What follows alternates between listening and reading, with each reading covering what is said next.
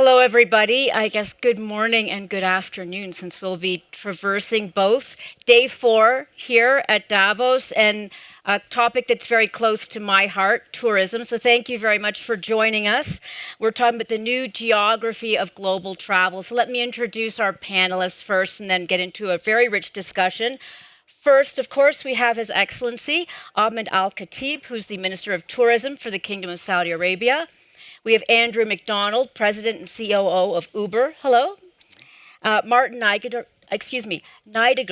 who is CEO of Visit Switzerland. Here we are. We're living the dream, visiting Switzerland. And last, certainly not least, Chairman and CEO Stagwell, Mark Penn. So thank you for joining us. Of course, we're doing this in an environment where we know tourism numbers were 1.52 billion last year. It's projected to grow quite a bit over the next decade, and the how and the where and the necessary tools to get to where we want to go is what we're talking about. So let me start with you, Your Excellency. Give us a sense of the landscape. We know, of course, I've been to Riyadh 3 times in the past year, and so much development in Saudi Arabia. How are you thinking about the tourism landscape? And I should mention you are the first ever Minister of Tourism, so you get to architect the plan from scratch. Thank you very much. And I want to see you more in Saudi. Today, tourism, as I always said, represents about 10% of the global GDP and 10% of the global jobs, or 357 million people work on the tourism, starting from tour companies to airlines, airports, hotels, and so on and so forth, retail and F&B. And 80% of those who work in the sector are youth, which is good for youth, and 45% are women. And this is a sector creates a lot of jobs for women. And therefore, I think from a job point of view, from a GDP contribution point of view, is fantastic. Last year, as part of the UN tourism numbers, 1.5 billion people traveled. And this is like a record ever. We fully recovered from COVID and we started to grow. However, we in Saudi Arabia always look at the 7.75 billion people live in this planet, not only the 1.5 billion. And therefore, I think there is a tremendous amount of potential for the tourism industry to grow from the 1.5 to 2 and 3. UN Tourism is projecting this number to grow to 2 billion, means we will add 500 million by 2030, and this is a lot. And this is very encouraging for Uber, for Switzerland, for Saudi Arabia, for hotel operators and investors, technology providers, and so on and so forth. And therefore, this is an amazing industry. One of the challenges in this industry, there are several challenges related to sustainability, manpower availability, connectivity, and so on and so forth, is that 80% of the people traveled to only 20% of the countries globally. Means this is a very well concentrated industry. 100 million out of the 1.5 billion traveled to France. And example goes on and on. And therefore, how can we help the 20% to grow to 30, 40% and have more diversified industry at a global level? My biggest challenge in Saudi Arabia, we don't look at us alone. We look at the other countries and how can we help. The 80% countries that have not received enough travelers, they need the next tourists. It creates jobs for them. And those are concentrated in Africa, Latin America, Pacific, and so on and so forth. And therefore, we need to always think about how can we help those 80% countries to capture maybe from the 1.5 billion today, or more importantly, from the extra or additional 500 million that are traveling in the next 5 years. And then and then I will tell you how can we help them to capture part of the 500 million. I'll give you a small example. Maldives, they started from nothing, like 20 years ago. They developed state-of-the-art destinations and islands, and today tourism represents 80% of their economy. The tourism is very, very important for smaller nations. Now, I have to ask, thank you very much. Is Uber in the Maldives? We're not sure yet. I know you're in more than 700 airports worldwide. You know, there's 75 countries you could have asked me about. Well, no. So we picked the one. Okay, so we've got a goal for you coming out of this. But I do think about one of the biggest friction points is when you first get to a country. So it's the airports, it's transportation, etc. Give me your sense as to what you're seeing at Uber, and you speak to both policymakers and, of course, the private sector. Any thoughts as to how the landscape's developing there? Sure. So, I mean, as I mentioned, we operate in 75 countries around the world, and travel is a significant part of our business, right? Business travel and leisure travel, and when people are traveling, I mean, folks on this panel know better than anyone, like, it's an emotional experience, if especially leisure travel, and you end up with memories and sort of visceral memories and feelings about a place that you visit. And I do think that moving around in new destinations really informs a big part of how people feel when they visit somewhere. Even in the hallway before this discussion, I was talking to one of His Excellency's staff members about their experience in Davos this week. And last night, their driver wasn't able to get to them, and they were able to get an Uber in 1 minute, and it sort of rescued the moment. And so I think giving people those sorts of moments when they're traveling is really important and informs how they think about a destination when they leave and their desire to come back. So we actually view Uber as a really important part of tourism infrastructure. It starts at the airport, right? As you say. When you land in a new country, a new city, one of the first things you experience is the airport, and when it's clean and modern and moves quickly and efficiently, you're left with an immediate great impression, and I think your expectations raise. When it goes the opposite direction, I think you have the opposite Your stress. rideshare pickup's a mile away. Your rideshare pickup's a mile away. It takes you forever to get your luggage or to go through customs, all these things. And so, what a priority for us is just being in the conversation with governments, with those building infrastructure, to make those experiences magical, because those little moments really matter when you travel. Okay, great. Now, Martin, you've got, I think, 150 years of experience. You look great for that in Switzerland versus, a place like Saudi Arabia. It's in a newer trajectory. Give us a sense of what you've learned. You've been in the role since 2018, and not if you could do it over again, but what do you think Switzerland's done well, and what are some of the lessons that others can take from the mistakes and the positive? I assume there's a lot of mistakes you make in 150 years. Yeah, you weren't here, so you don't have to own them. I would keep it on a level to say that there's 2-3 things I think we would do differently if we could start over. The valleys into the mountains. You make sure that people can move around, because we started before Uber was there, so this is our manner of transportation. And that's quite relevant, that you connect the attractions, the hotels, the different villages, then you avoid you don't get over-tourist. Or over-tourism, exactly. Okay, good. I love that. Mark, you've got both the data end of things in terms of what you see, the storytelling end. Give us a sense of how you're looking at the world of travel right now in terms of some of the trends and where you're seeing success stories. Sure. Thank you. We're in the demand creation business.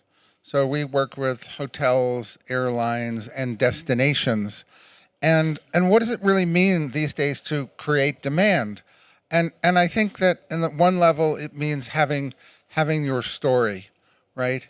And that you just can't say, I love Saudi, okay? What does it really mean beyond that? What is it that's really Saudi, okay? What does it really mean beyond that? What is it that's really essentially attracting people?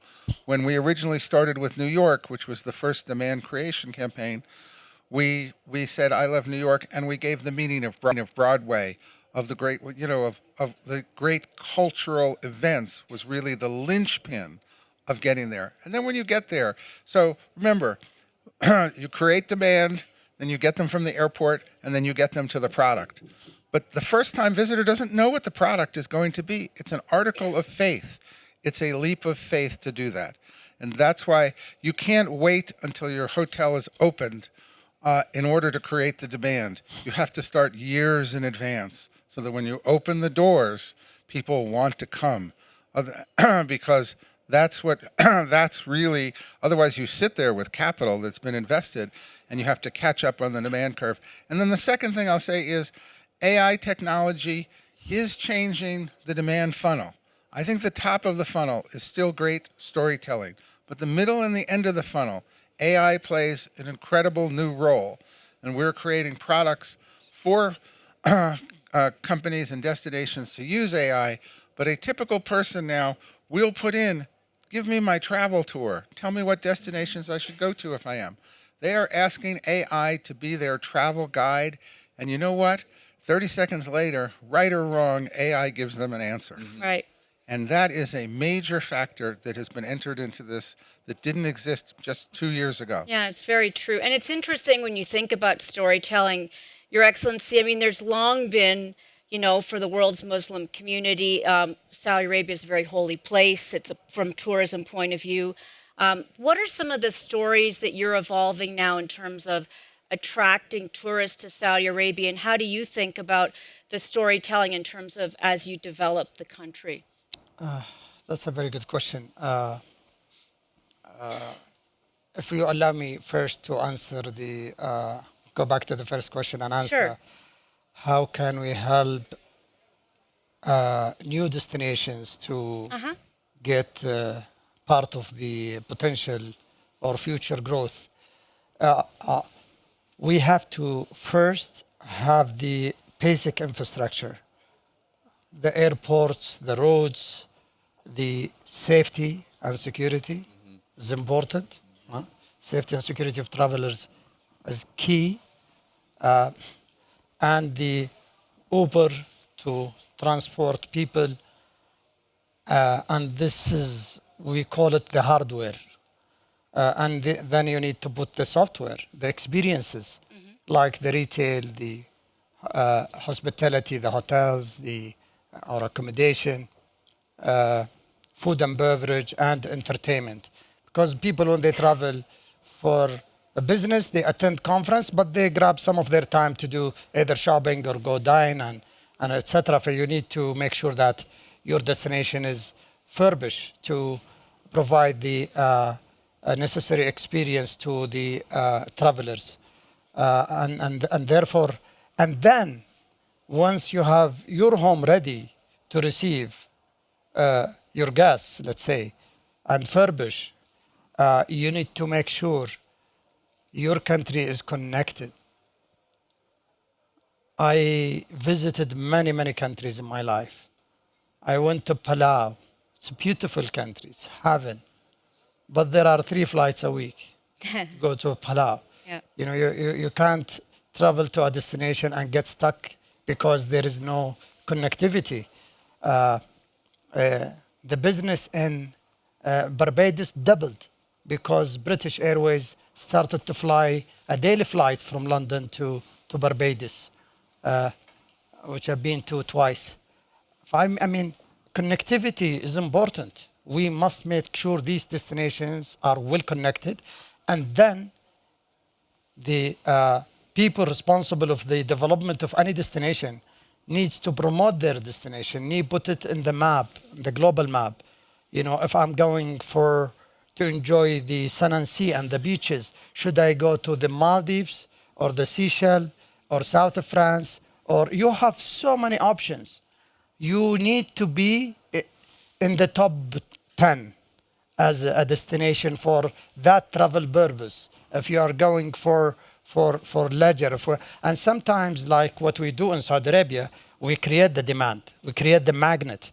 When we host Formula One, final boxing, Super Spanish, Super Italian, these are magnets. You know, the Spanish wants to attend the final, the Super Spanish, and then we managed to sell thousands of packages to the Spanish fans to come and enjoy, and the international fans. There are many fans that follow Barcelona and Real Madrid and others. And therefore, you want to create the content, let's call it, that will bring people to the country. That's why we have pledged billions of dollars in Saudi Arabia to create a content, whether content relates to history, like Alola, or content relates to entertainment, like the Boulevard in Riyadh and the Qiddiya city with its 70 theme parks. They only opened one park, Six Flags, last month,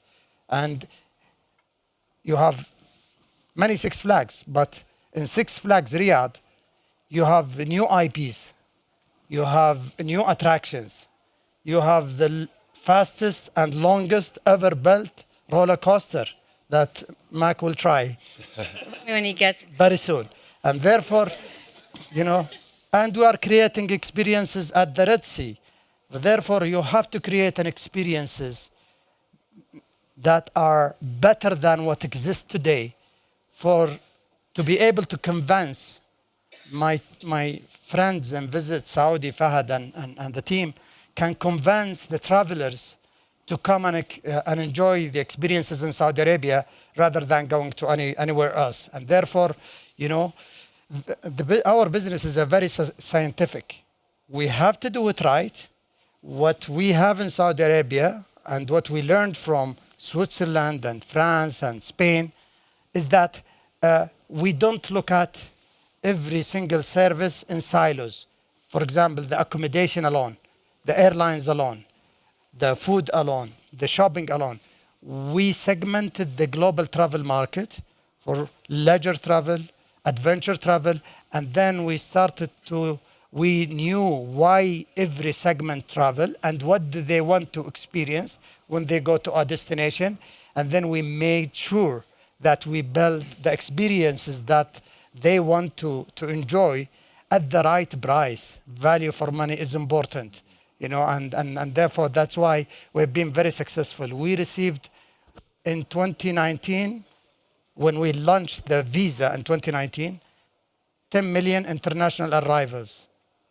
Last year, we hit 30 million, I think that's a great point. 300% Well, growth. and that is a form, first of all, you are creating those stories by going at the Formula One fans, the family travel. I mean, these are different ways to engage with Saudi Arabia.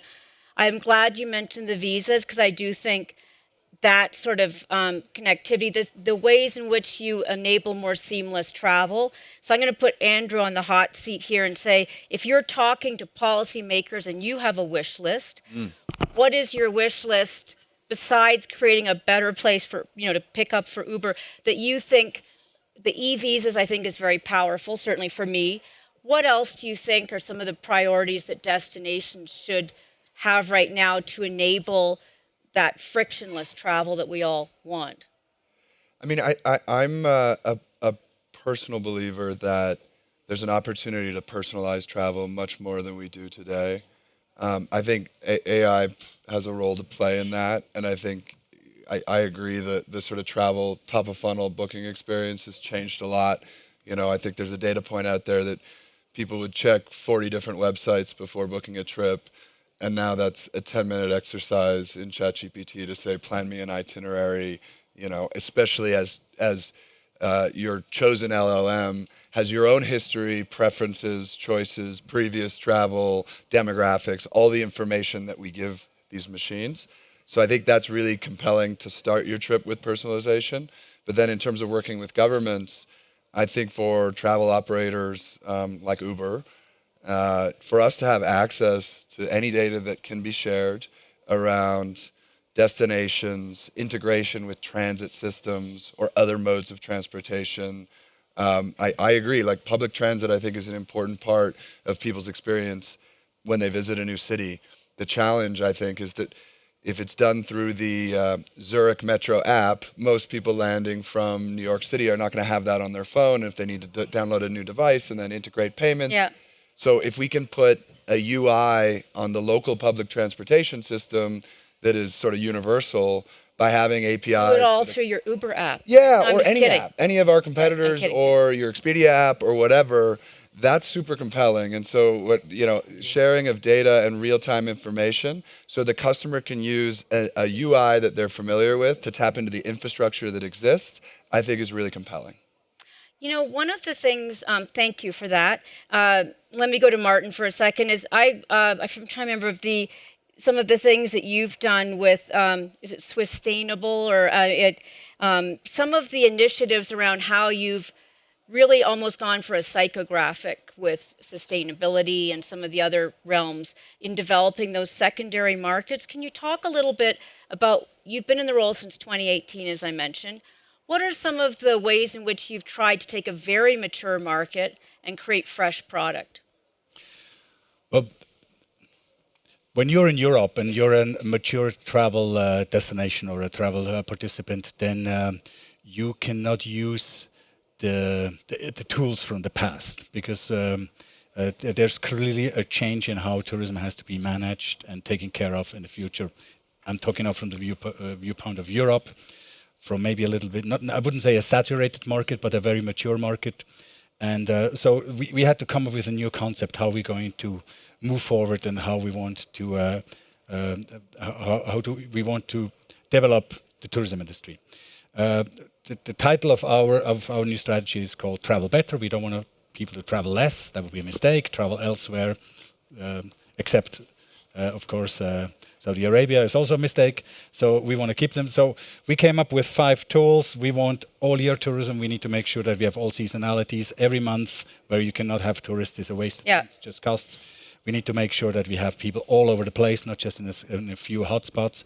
We need to make sure that we can extend the length of stay, because that's quite relevant, because people are very flaky sometimes. That's the downside of great connectivity, because you're fast in and fast out. And then we need to make sure that the population participates on the success of tourism. And one aspect is the sustainable aspect. And so we're merging Switzerland with sustainability, and we have a program. It's a movement called Swisstainable, and that's not actually for us, for the tourism for the tourism organization. It's for the tourism industry. So we need to make sure that practically every service providers who works in the tourism industry is sustainable, because it's a mess out there. What's sustainable and what's not? It's very difficult. There's thousands and thousands of labels. Are you the arbiter in terms of I would say if you go in a supermarket in the retail, you have a section organic food, right? Okay.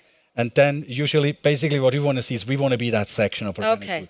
Because people do not want to care and want to compare the individual labels. They just want to make sure if I'm in that section of organic food, I'm buying credible, trusted organic food. And that's basically what we want to be in the tourism industry.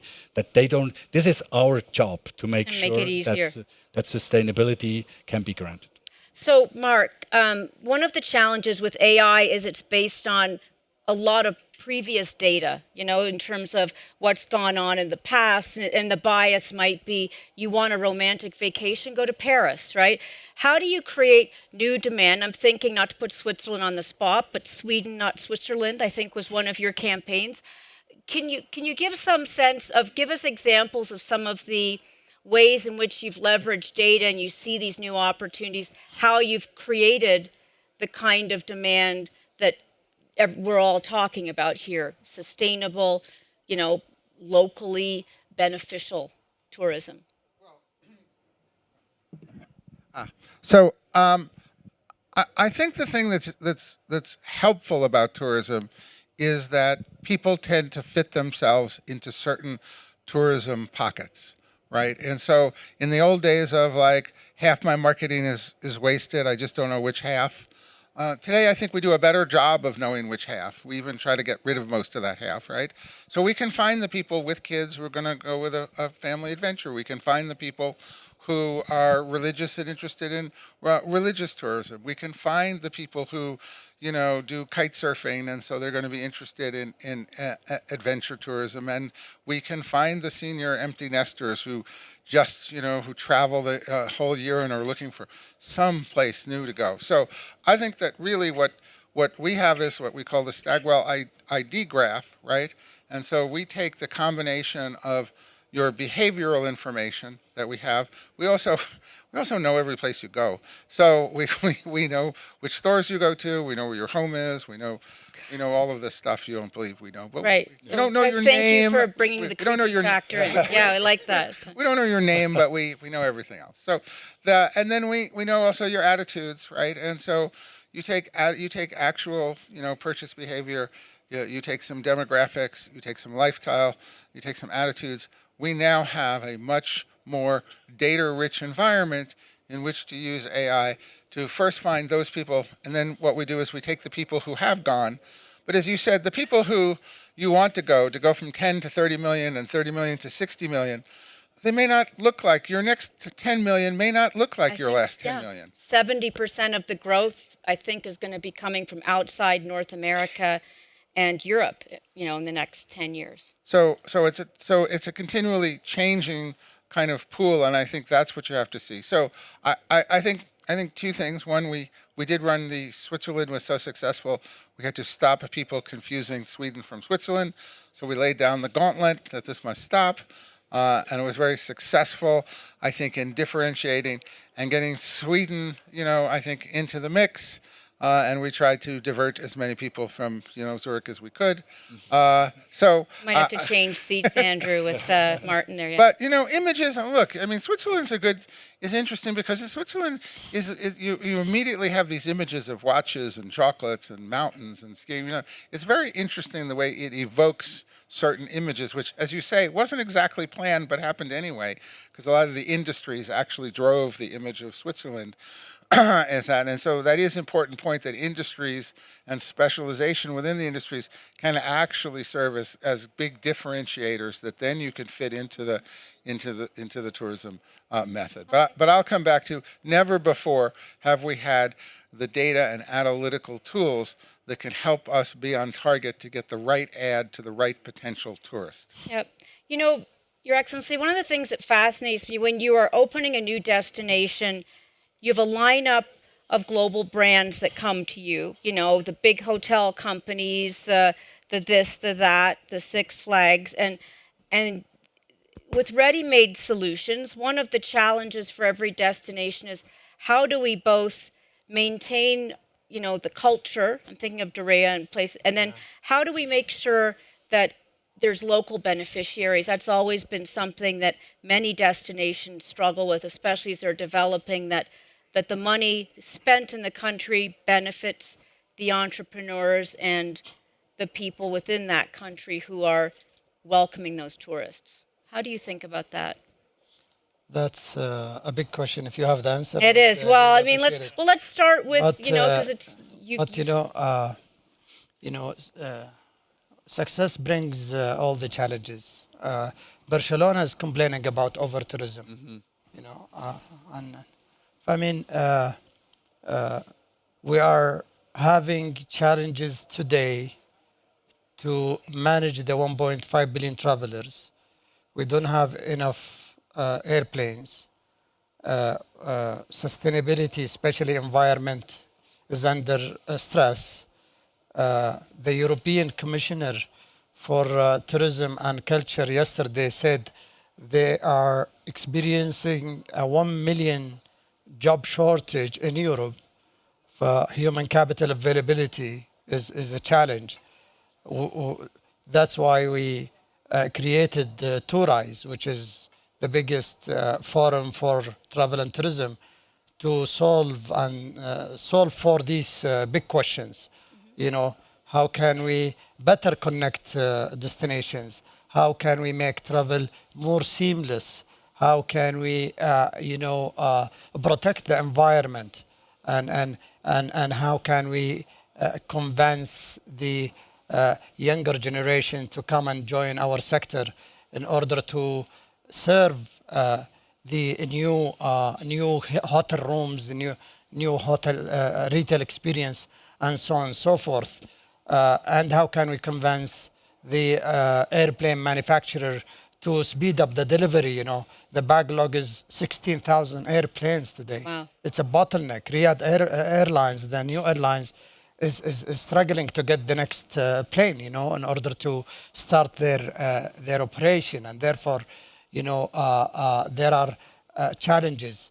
One of the challenges you raise is the environment.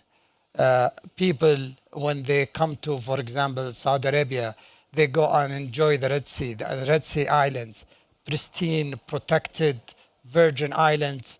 We don't want them to throw plastic in the water, and we don't want them to, we don't want the cruise ship to use the fuel that damage the beautiful coral reefs that were preserved for millions of years, and they can damage it in like 10 years. And therefore, we have been very strict when we put the regulations that will, in one hand, enable the growth and the business, but on the other hand, protect the nature. And I think Switzerland is a good example. Imagine if the capacity of one of the ski resort is X, let's say Megève, can cater for 100,000 people. Imagine if 200,000 people come to Megève. They will really harm the nature there. And therefore, we have the same challenge where we need to grow the business. We need to capture part of the growth. The growth is coming. The emerging middle class in India and China who require to travel more and more in the future is happening. Okay, if the business is growing, we cannot control it. What we need to do is to be ready to manage this inflow, to distribute the inflow, and try to convince the travelers not to go to Barcelona only, to go and experience other cities in Spain, and to reduce the pressure on one destinations. In some destination, they create the problem by design. When you have everything in Paris, everybody will travel to Paris. When you have the Mona Lisa in Paris, when we had the awards, Tourist Awards last year, Paris won the best shopping destination in the world. When you have all the shopping in Paris, when you have the Louvre in Paris, when you have, when I asked the Louvre director about, the Louvre, he gave me some information, but he gave me an information that struck me. He said at that time in 2020, out of the 90 million people traveled to Paris, 9 million, their main purpose of traveling to Paris is to come and see the Mona Lisa. 3 million people traveled to Madrid out of the total, 3 million out of the total who traveled to Madrid. Their main visit purpose is to visit Real Madrid Museum. These are facts. But we have to think about distributing our assets among our destinations. And I think Switzerland is doing this very well. Excellent points. And, as you're talking, I'm thinking about the boom-bust cycle of a World Cup and Olympics, et cetera. And it gets me to thinking about the labor issue. And one of the things, Andrew, what role does autonomous vehicles play? Has anybody done the Waymo in San Francisco? I quite like it, actually. But one of the reasons you go to a country is to engage with the people. And is that becoming an important component of how you develop? Because it certainly addresses the labor challenges that His Excellency raised when it comes to drivers, at least. I think it's an excellent question. There's probably a few framings for how autonomous... You frame it however you like. I mean, one is, His Excellency is talking about these unique draws that some of these world-class destinations have. Autonomous in San Francisco has become one of those draws, right? It's become sort of a tourist rite of passage if you're in the Bay Area to try an autonomous vehicle. Yeah. And I think that's going to be true of multiple markets as autonomous slowly starts to roll out. In fact, we're working on autonomy experimentation in Riyadh, which I think if you're in the region will all of a sudden become, hey, I need to get to Riyadh so I can do all these things, including... Like what? Can you give us a glimpse of what you're working on there? I can't recall exactly how much is Ah, public okay. at this point. All right. Okay, never mind. But I mean, Next year. We've Next year. announced Stay a tuned. pilot. Okay, fair enough. Where you'll be able to trial, autonomous vehicles, and I think it's stated our intent to scale that up to a few dozen over the next year. And so, for users, you'll be able to get that experience, which I think is exciting. As far as it relates to labor, it's a double-sided coin, right? I do think autonomy over time will help alleviate, acute labor issues, will become a base lever of transportation in a city. But there's also going to be a transition there, right? These Okay. are people's jobs and people's livelihoods, and we have to manage that delicately. So I know that in the time we have left, I'd love to take a look at what's around the corner and then give some final words to you as well, Your Excellency. But I'm going to start with you, Martin. In Switzerland or outside, but I'm going to guess it's within Switzerland, give us a sense as to what's exciting to you. Where's the potential in terms of new geographies, new demographics? What are you currently looking at developing or keeping your eye on as the next big thing for you? Well, I think the next big thing for us is definitely Saudi Arabia. It's incredibly Visit interesting Saudi for us. Arabia, not Switzerland? No, I'm No, sorry. both but I'm ways just actually, kidding. both Yeah, ways, and yeah, that's fair the enough. beauty about it, right? Yeah. So that we actually can profit from from each other. So that's. I mean, there's always changes in markets. There used to be a time where we had 1 million Japanese, and then they're down at a quarter of a million, and then you have other markets. So I think it's not, in my opinion, it's not so relevant which are the next markets, but to stay agile. We have 35 offices all over Fair the world, enough. which is for a small country like Switzerland rather a lot. Yep. But I think that's the key of success, because there's always turmoil, and when there's something is happening, you can move around. But when you enter in your market, or when you distribute your value proposition, I think one key element, what is really important for us, and also because you mentioned AI before, and when I look at the manner media is transporting their messages, what you read in the media, when you look and the fact that anything between 20 and 40% in social media is not human generated. So I think it comes down to the trust factor. Right. I want people to trust Switzerland. When they visit us, they trust us with the money, obviously, but they trust us that it's going to work.